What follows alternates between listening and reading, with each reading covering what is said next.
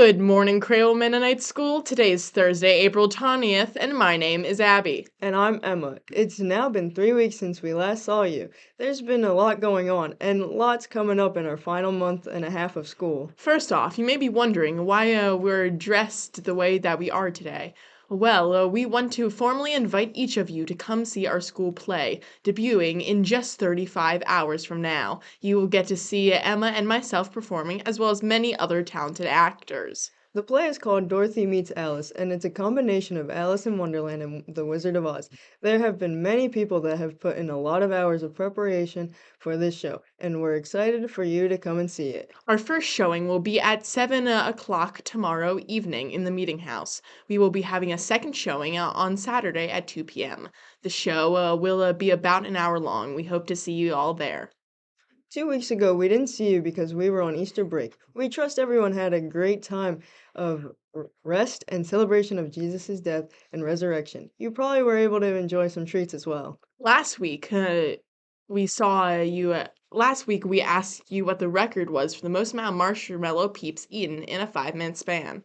Whether you love these Easter snacks or you think they're gross, we think that you'll be impressed by the answer, and we do not suggest you try and beat it. In 2017, a man by the name of Matt Stoney was able to eat 255 peeps in 5 minutes. This beat his own record set a year before of 200. To achieve this record, he needed to eat a peep in a little over a second for 5 minutes straight. He was able to win the eating competition he was taking part in, and he was rewarded with a trophy filled with peeps. For our competition, Mr. Bomberger's homeroom class was the closest with their guess of 207. And hey, do you know why the peeps don't cross the road? No, why? Because it was a little chicken. Yeah. Okay. Well, we're officially halfway through the last marking period here at Crable, which means we're about a month and a half away from summertime. To see if we'll be getting summertime weather this week, let's hand it over to our own Riley Patrick. Good morning, Crable Mennonite.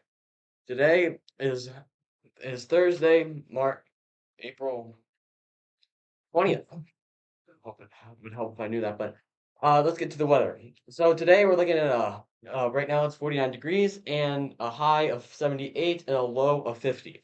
The sunset is at 7:49 and the gusts are east southeast at 8 miles an hour. Precipitation for today is not very high, with only a 1% chance of precipitation. The humidity is at 47%, while the UV index is a little bit higher, with it being 7 out of 10. When looking at Friday and Saturday, you can see that it's still going to stay on that. It's going to warm up and that type of stuff, and it's going to stay at 84 for the high and low of 61. And on Saturday, it will drop a little bit by 10 degrees as the high, being 74 is the high and the low of 46. Now, when looking at the week, we can see that on Saturday it will be raining. We'll have PM showers with again 74 degrees as a high and 46 degrees as a low. On Sunday and Monday and throughout most of the week, we are looking at partly cloudy skies or mostly sunny.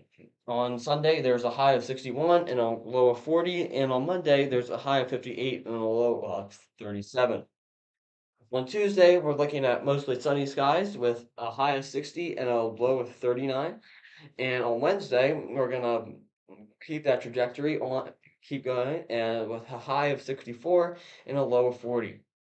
And on Thursday, it is going to stay the same when it's going to be 64 and 42. And we'll finish out the week with rain with a high of 60 and a low of 48. That is this week's forecast. I am your weatherman, Riley Patrick. Back to you.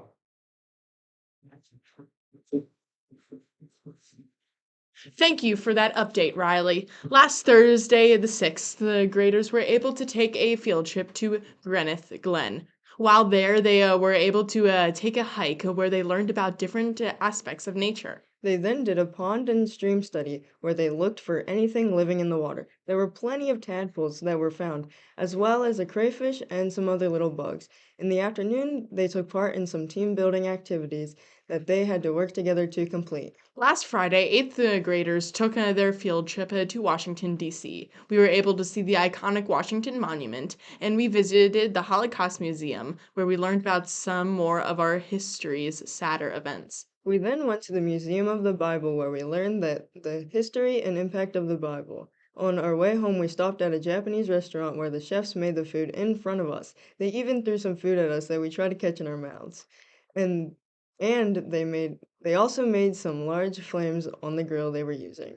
In honor of our trip to Washington, D.C., we're going to ask about one of the most well known buildings there, the White House. What we want to know is how many total rooms, including bathrooms, does the White House have? Talk it over as a class and decide on your best guess. Let us know what your answer is in the comments, and we'll let you know next week who is the closest. Until then, we hope to see you here over the weekend for the play, and we also wish you the happiest of weekends. Bye!